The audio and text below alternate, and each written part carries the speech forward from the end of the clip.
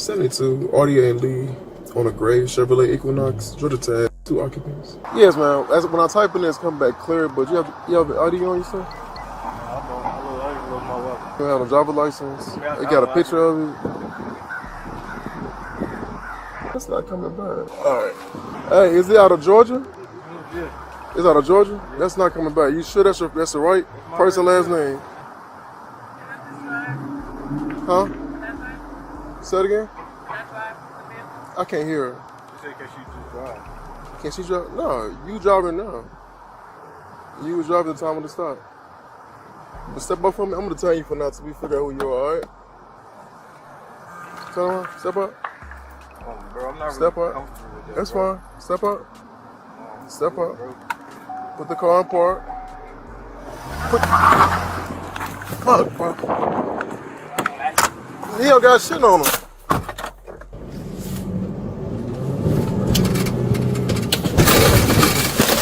Hey, watch out! Hey, bro, stop! Oh, stop running! Hey, bro, stop! Hey, we got one party empty. All black. That's right.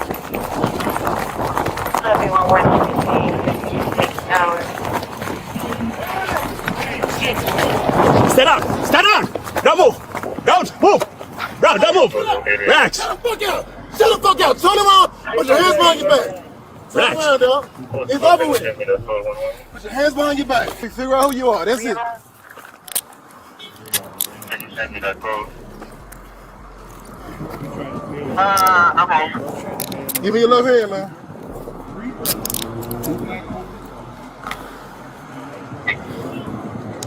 I want to change. Come on, get it up.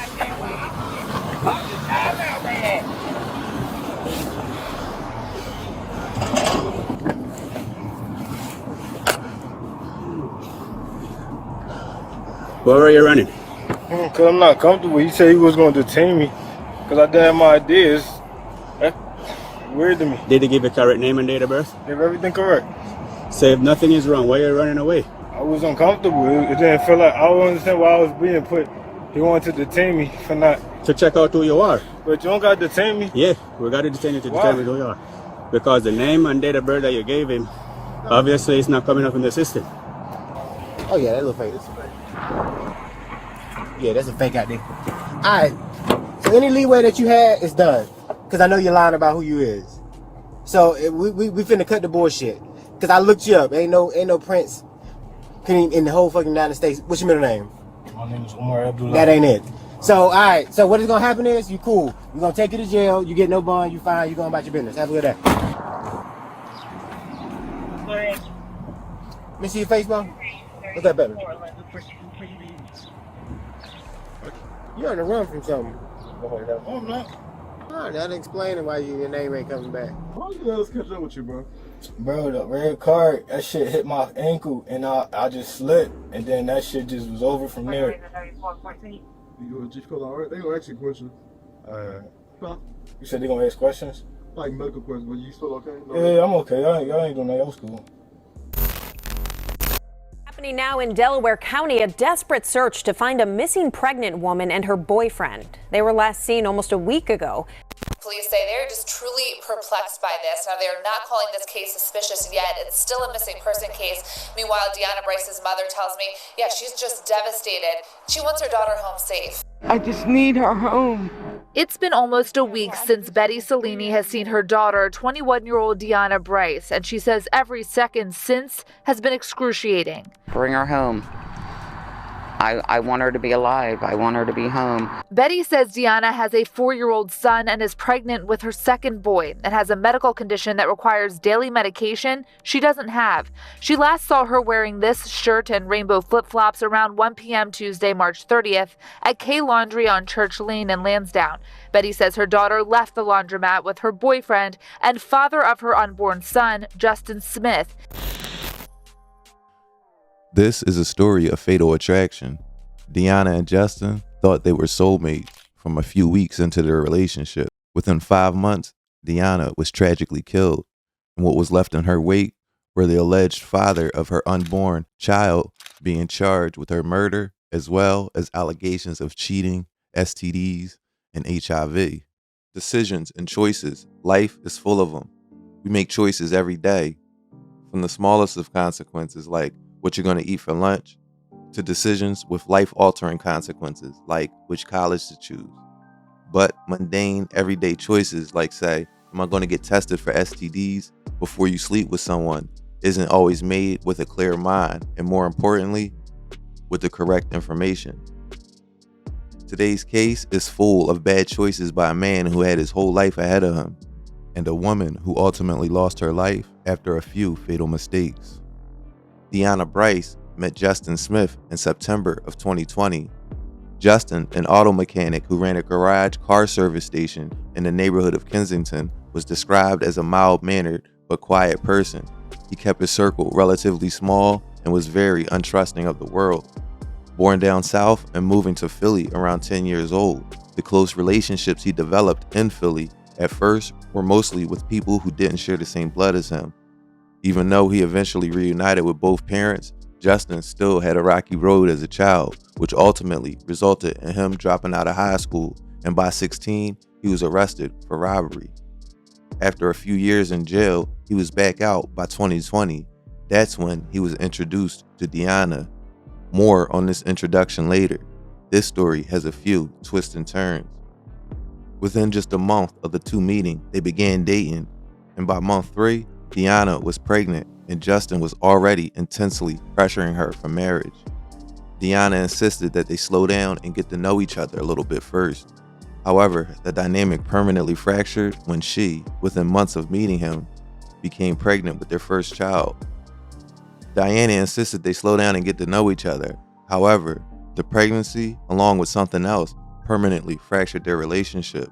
What began as an exciting but fast-moving fling quickly turned toxic when Justin began accusing her of cheating.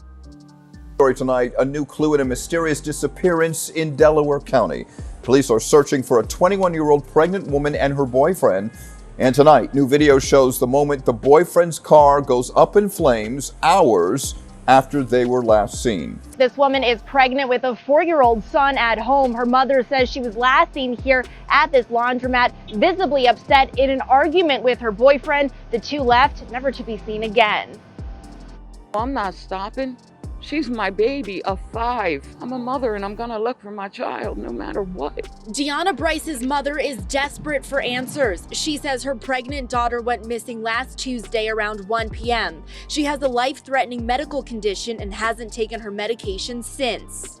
I'm numb. I don't know what to do. She says she last saw her 21-year-old daughter leaving K Laundry in Yeadon with her boyfriend, 23-year-old Justin Smith, where the two were in an argument. She's 14 weeks pregnant with his child.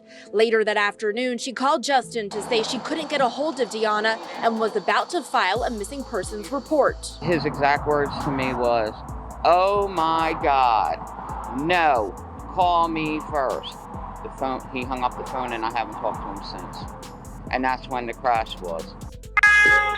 A neighbor's doorbell video shows Justin's car, a 2018 black Ford Fusion, on fire at 59th and Florence Avenue in Philadelphia later that afternoon. Today, you can see what's left of the charred remains. It's scary to see the car on fire and thinking that somebody could be in there. Investigators say no one was in the car, but they believe Justin's keys and wallet were found nearby. This case has them stumped. This one has everyone perplexed. Nothing really makes sense here. Her mom claims Justin has previous run-ins with the law, though police couldn't comment. And that's a scary. Deanna Lachey Bryce was born on April 15, 1999 in Drexel Hill, Pennsylvania. She was the youngest daughter of Gary Bryce Sr. and Betty Cellini. Deanna was the youngest of 6, with 5 siblings, and being the youngest, baby girl, or Nana as they called her, was loved and adored by her family.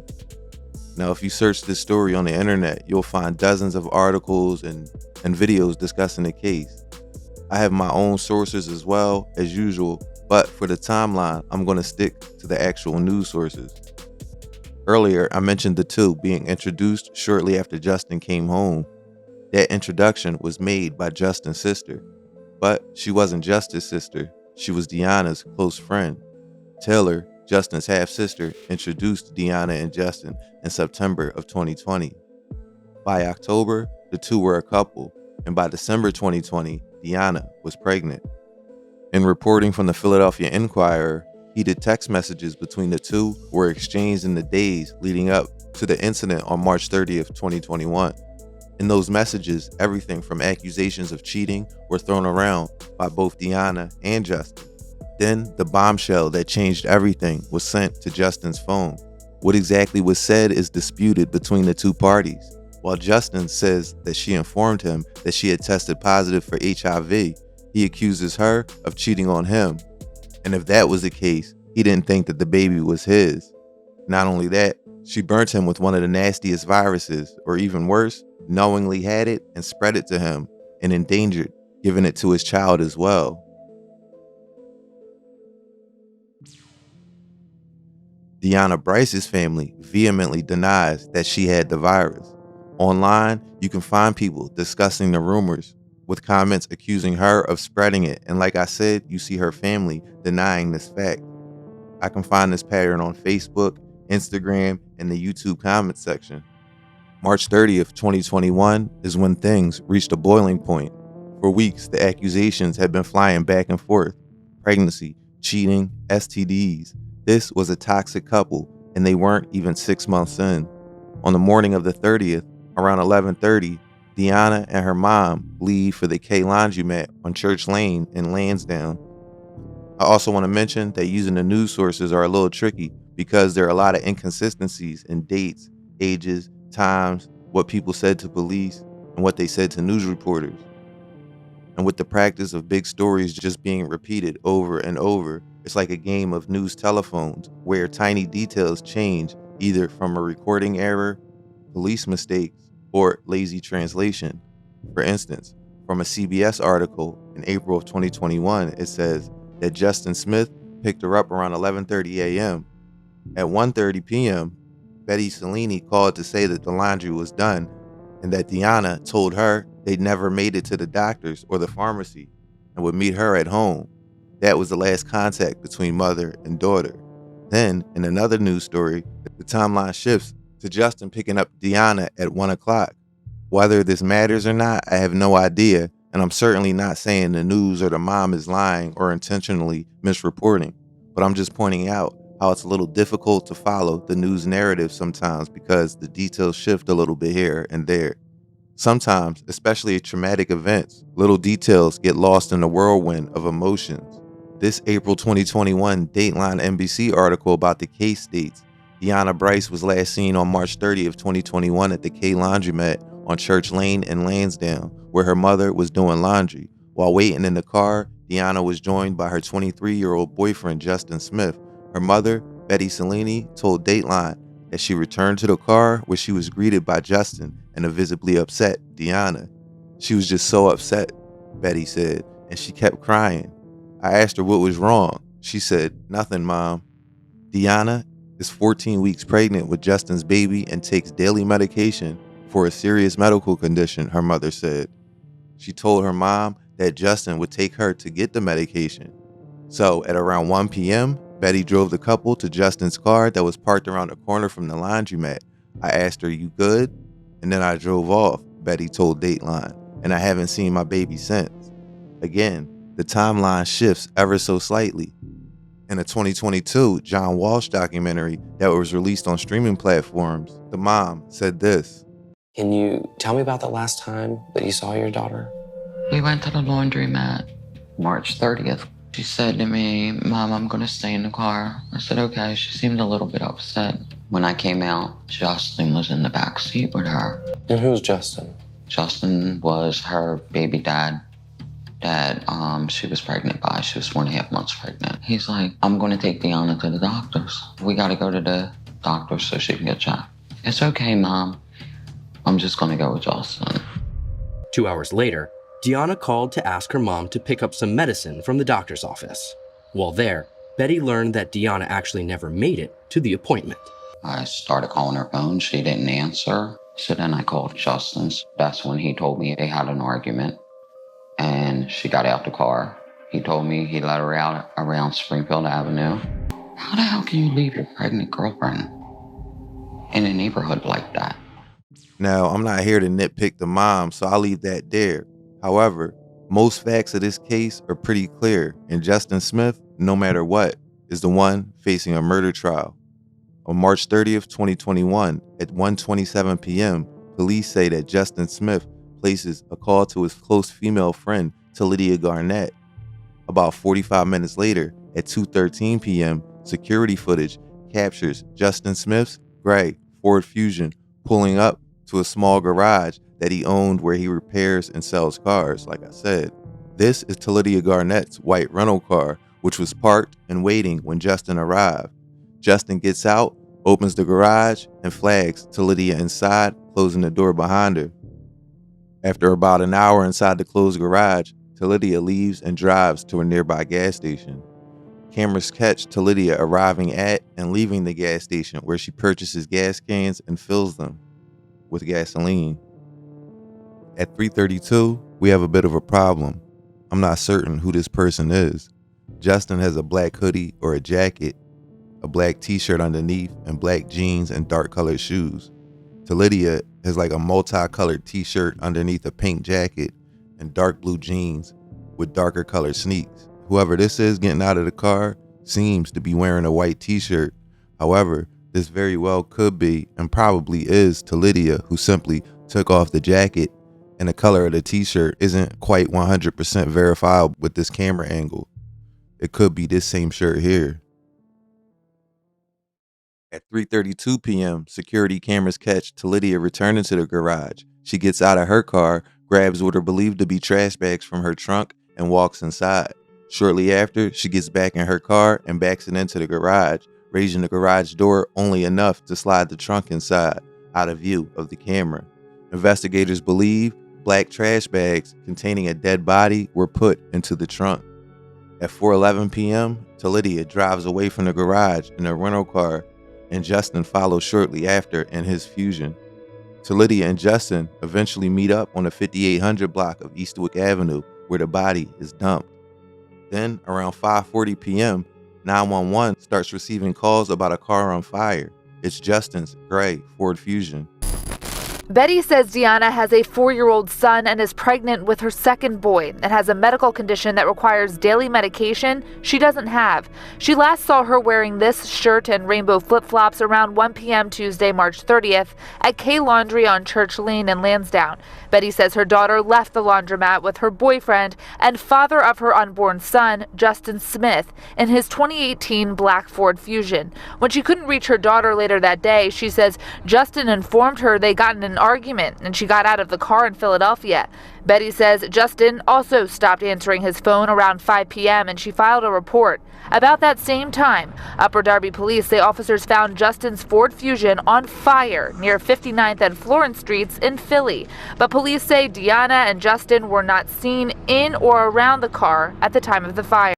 Side note, more inconsistencies in reporting. Early reports referred to it as a black Ford Fusion, but later news accounts, the documentary, plus Justin's arrest affidavit describe it as a gray Fusion. Investigators believe Justin burned the car to destroy the evidence and accidentally left his wallet inside and called Lydia to pick him up. More on that wallet later. On April 5th, 2021, about a week later, after endless hours of searching, praying, and even, I'm told, threatening the friends and family of Justin Smith, Deanna Bryce's family finally got answers. On the day of her disappearance, Justin was playing psychological warfare on Deanna and her family. Leading up to March 30th, 2021, the toxic nature of Justin and his relationship was on full display. People who knew Justin say his behavior took a sharp and noticeable turn in the weeks leading up to the incident. A female friend of Justin described him as depressed and almost mentally checked out during conversations in those weeks. She said Justin, who she was not romantically involved with, usually is upbeat and talkative, but between February and the end of March, something was off. They assumed the pregnancy was making him anxious. However, what was really going on was that the STD and cheating narrative was causing severe problems. So what I'm about to show you are screenshots that I can find on the internet, and in these screenshots, accusations and allegations are made towards Deanna. I'm not showing this because I believe that these accusations are true. nor do I have any concrete evidence saying that it's true. However, this is the story Justin told friends and family. I was able to find online chatter about it, and the mom also said something interesting in the John Walsh documentary. Here she says, He's like, I'm going to take Deanna to the doctors. We got to go to the doctors so she can get checked. Justin has to take her to the doctors to get checked. The pregnancy was already known about at this time, and this is different than all the other accounts that the mom gave to the news. But there could be a different reason that I'm not aware of. The news always described it as a life-threatening medical condition that required daily medication. According to the accounting from Taylor and Deanna's mom, Betty, sometime shortly after 1 p.m. on March 30th, Deanna called her mom to ask her to pick up the medication from the doctor's visit. She was apparently either going to or leaving. This could be a translation error by the news outlets, and they meant to say that she was picking up her meds from the pharmacy, not meds from the doctors. On the day of the incident, in the minutes leading up to Deanna's murder, she was texting her friend Taylor about her fight with Justin. Deanna texts, I'm going to get this test and he'll never hear from me again. I told him to forget about me and his baby. She adds that Justin told her that the baby would be better off without him. At 1:19 p.m., Taylor texts Deanna and says, ignore all of that. At 1:22 p.m., Deanna texts back and says that I'm trying. This is her final text message and the last communication that she has with anyone. Between 1:22 and 1:27 p.m., investigators believe Justin Smith shoots and kills Deanna Bryce in the front seat of his Ford Fusion. She is shot multiple times, including 3 times in the face. At 1:27 p.m., like I said earlier, Justin Smith places a phone call to Lydia Garnett, asking her to help him get rid of the body. That night, a little bit after 9 p.m., Betty Cellini leaves work early after seeing an Instagram video and news reports about a car on fire. She arrived at 59th and Florence and identified the burned, taped-off vehicle as Justin's after finding bullet casings, his clothes, and a bottle of Hennessy inside the half-opened trunk. Either the night of the 30th or early the next day, Justin and Lydia flee Philadelphia immediately, heading south down Interstate 95. Today, the FBI announced a $25,000 reward for the wanted man suspected of killing his pregnant girlfriend, Deanna Bryce. Authorities issued an arrest warrant for Justin Smith back in April. Bryce's mother reported her missing in Upper Darby on March 30th. Bryce's body was found along Eastwick Avenue in Southwest Philadelphia on April 5th. Jason, today prosecutors providing some of the grisly details of how a pregnant woman was murdered and how a female friend of the prime suspect allegedly helped him get rid of the body. This is where the body of 21-year-old Deanna Bryce of Upper Darby was found, in a pile of debris at 58th and Eastwick Streets in Southwest Philadelphia on April 5th. There's a warrant out for his arrest. He is currently a fugitive from justice. The head of the DA's homicide and non-fatal shooting unit says this woman, Lydia Garnett, arrested Saturday, helped her good friend Justin Smith dispose of Bryce's body in this white Hyundai seized by police after meeting Smith at a garage he rents or owns. She met him there, loaded a heavy object, you see it on video, into the trunk of her car. Prosecutors say that heavy object was the body of Bryce and her unborn baby. She then followed Justin Smith to the area where he dumped Miss Bryce's body like it was trash, and then further followed him while he set his own car on fire. We believe that is where he murdered Miss Bryce, in that vehicle. Cell tower data tracks their phones to Greensboro, North Carolina, where Justin apparently has family. Justin makes multiple phone calls to relatives, but they go unanswered.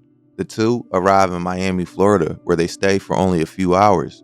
Justin attempts to take a boat to flee to Cuba, but is unable to because he left that wallet that I talked about earlier in the car, which had his identification. His wallet and ID are inside his burning car. Justin and Lydia eventually separate. Lydia begins heading back north towards Philadelphia in her rental car, apparently to go try to find Justin's ID, while Justin looks for another escape route. Investigators eventually intercept the call to Lydia's phone coming from a payphone at a Greyhound bus station in Orlando, Florida. Orlando authorities pull surveillance footage and capture video and still images of Justin at the station. Greyhound schedules confirm a bus route from Orlando back to Greensboro, North Carolina by way of Atlanta, Georgia. Justin eventually arrived in Atlanta. He borrowed a cell phone from a local street preacher to call to Lydia's phone again. When shown a photo of Justin, that same preacher positively IDs him as the man who borrowed his phone. Investigators conclude that Justin is using bus layovers to try to make his way back to Greensboro. Justin Smith was on the run for 4 years when on Sunday, March 9th, 2025, Atlanta police stopped a vehicle on the 800 block of Oak Street for expired registration.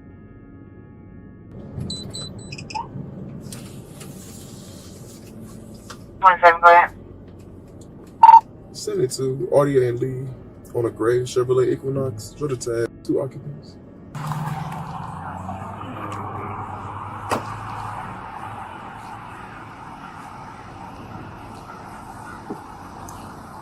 Yeah, someone's cars on the video. This is for side. We were showing that it was expired due to, I guess, it's picking up on the red tag because you don't have the updated tag on the plate. Yes, man. When I type in this, come back clear. But you have the ID on you, sir? You have a driver's license. You got a picture of it. Hold on. Give me 1 second. Hey, what's your last name? Green. Spell it. K-A-R-E-L. Slow down. Say it again. K-A-R-E-L. Hey, it ain't coming back. Write it down. Person, last name, date of birth.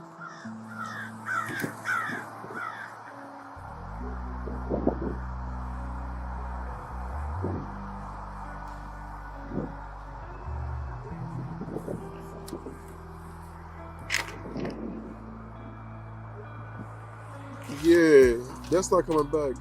Step up from me. I'm gonna tell you for now till we figure out who you are, alright? Come on, step up. Step up. That's fine. Step up. Step up. Put the car in park. Fuck, bro. He don't got shit on him.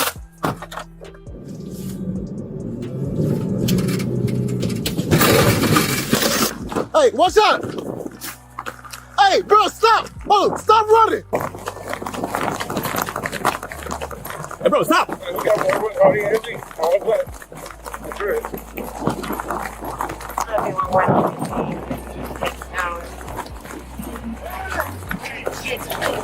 Stand up! Stand up! Don't move! Don't move! Bro, don't move! Relax! Shut the fuck out! Shut the fuck out! Turn around! Put your hands behind your back! Turn around, dog! It's over with! Put your hands behind your back. Figure out who you are. That's it. Send me that code. Okay. Give me your left hand, man.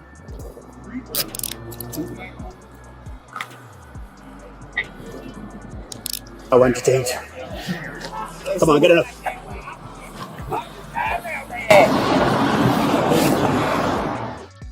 It wasn't until Sunday, April 4th, 2021, 5 days after Deanna went missing, that Upper Darby police officially published a missing endangered persons bulletin for Deanna Bryce. It was 2 days after the announcement when, on Tuesday, April 6, 2021, they informed Betty that they had found Deanna's body at 58th and Eastwick Streets in Southwest Philly. Crime scene investigators recovered 6 9mm bullet casings inside Justin's burned Ford Fusion.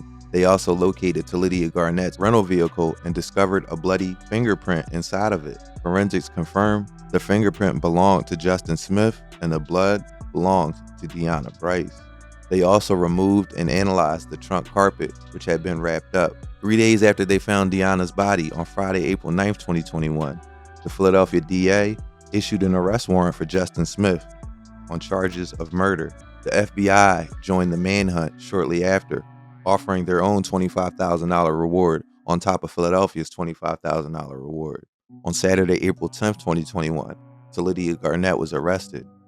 So just 10 or so days after Deanna's murder, she was charged with arson, abusive corpse, and other charges. She had an additional charge of abusive corpse due to Deanna's pregnancy. Lydia Garnett eventually made bail and remained free until she pleaded guilty in September of 2023. A Facebook post by Deanna Bryce's folks on the day of Lydia's sentences read in part, "Today is one of the days my family and friends have been waiting for over 2 years now. It's not fair that you've been out on bail this whole time. You called me from a private number and you said, 'Where is she? Where is she? You're next, bitch.' You took my number out of my sister's phone when you stole her phone and her wig that you wore from my sister's dead body. You helped place my sister in the trunk and dumped her body between trailer tires in an abandoned section of Bartram Gardens. The judge will decide to Lydia's sentence today because she did not want to go to trial. Just remember, to Lydia, that patience is a virtue." To Lydia Garnett pleaded guilty before Judge Rosemarie DeFino to arson, abuse of corpse, hindering apprehension, destroying evidence, and conspiracy. For all her trouble, she was only sentenced to 11.5 to 23 months, plus 5 years probation. DeFino tells Lydia that she let Justin Smith get away. Lydia Garnett testified that she was terrified that Justin Smith would kill her and her family, and that she drove him to Florida. A year and a half later, Justin Smith was finally arrested in Atlanta on a traffic stop like I mentioned earlier. Accessing STD screenings and treatment today is easier, more confidential, and more effective than at any point in human history. You can walk into public clinics located all across the city and receive free, rapid testing that provides answers, sometimes the same day. Bacterial infections that once devastated communities are now handled swiftly with basic, highly accessible antibiotics. Things like PrEP, a daily medication that drastically cuts the risk of contracting HIV and is not just for gay dudes. For those already living with the virus, strict adherence to modern antiretrovirals can achieve an undetectable viral load, meaning the virus is basically untransmittable. You must navigate sex with your partner, no matter your gender or sexual orientation, with your eyes wide open and refusing to leave your health to chance or luck. Routine testing is your non-negotiable baseline. Knowing your exact status strips away the fear of the unknown and replaces it with responsible and intelligent behavior. And fellas, what do ladies love more than an intelligent and responsibly behaved gentleman? Remember to use condoms and get tested regularly. Some people think it's difficult or time consuming, but it's worth it.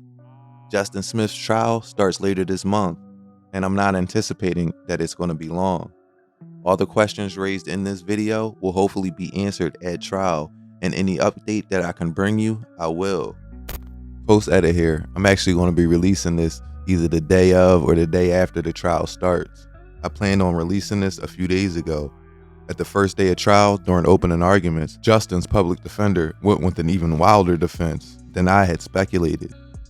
In their opening statements, prosecutors told the jury that 21-year-old Deanna Bryce was 14 weeks pregnant when her boyfriend, now 27-year-old Justin Smith, allegedly shot and killed her 5 years ago. The defense argues it was a horrific, tragic accident resulting from a struggle over a gun Bryce allegedly pulled out. The last person to see Bryce before she took off with Smith was her mother, who took the stand Monday. Bryce's mother testified that the last time she saw her daughter was March of 2021 when they were at a laundromat in Delaware County. She says her daughter was crying in the backseat of her car with Smith before they left in his car. She identified Smith in surveillance footage taking his car to a garage in Kensington later that day. Prosecutors allege that is where he and another woman, Lydia Garnett, moved Bryce's dead body to another car before leaving Smith's car on fire in the Cobbs Creek neighborhood. Garnett pleaded guilty 3 years ago to abuse of a corpse and spent 2 years in prison. Bryce's body was found 6 days later in Southwest Philadelphia wrapped in a comforter and trash bags. The jury also heard from an Upper Darby detective Monday, and they are expected to hear from additional investigators tomorrow. Monday, August 24th, was day one in this trial. Notice the news doesn't mention Deanna's medical issues or accusations of infidelity, which in my mind is a big part of the story because it was a major cause of their disagreements and arguments and their problems. Absent disinformation, we are left to wonder, is Justin Smith just a psychopathic monster? Maybe he is, but the actual facts do matter. To be clear, I'm not taking issue with the news because in this particular case, they are doing the ethical thing by not mentioning her medical issues. News organizations generally avoid publishing a suspect's derogatory claims about a victim to prevent victim blaming, basically, especially since Deanna Bryce, in this case, is not here to defend herself. There are obvious medical and privacy issues as well. A person's HIV or STD status is highly sensitive. ethical guidelines say to keep medical details private unless they are absolutely essential to a trial's legal outcome, which in this case, in my opinion, it's a little murky. I grappled long and hard about what to include in this video, about which details to include, or whether or not to show the allegations made by Justin. As you can see in the end, I obviously decided to go with that. And then when the trial came out, both the prosecutor and the public defendant mentioned Deanna mentioning having HIV in text messages, as well as mentioning having herpes as well. Those messages to Justin, allegedly, according to the prosecution, was the impetus or what started this whole thing between them two, was her informing him of her medical conditions. I'm gonna leave it there for now. Thanks for watching American Confidential, and until next time, be safe.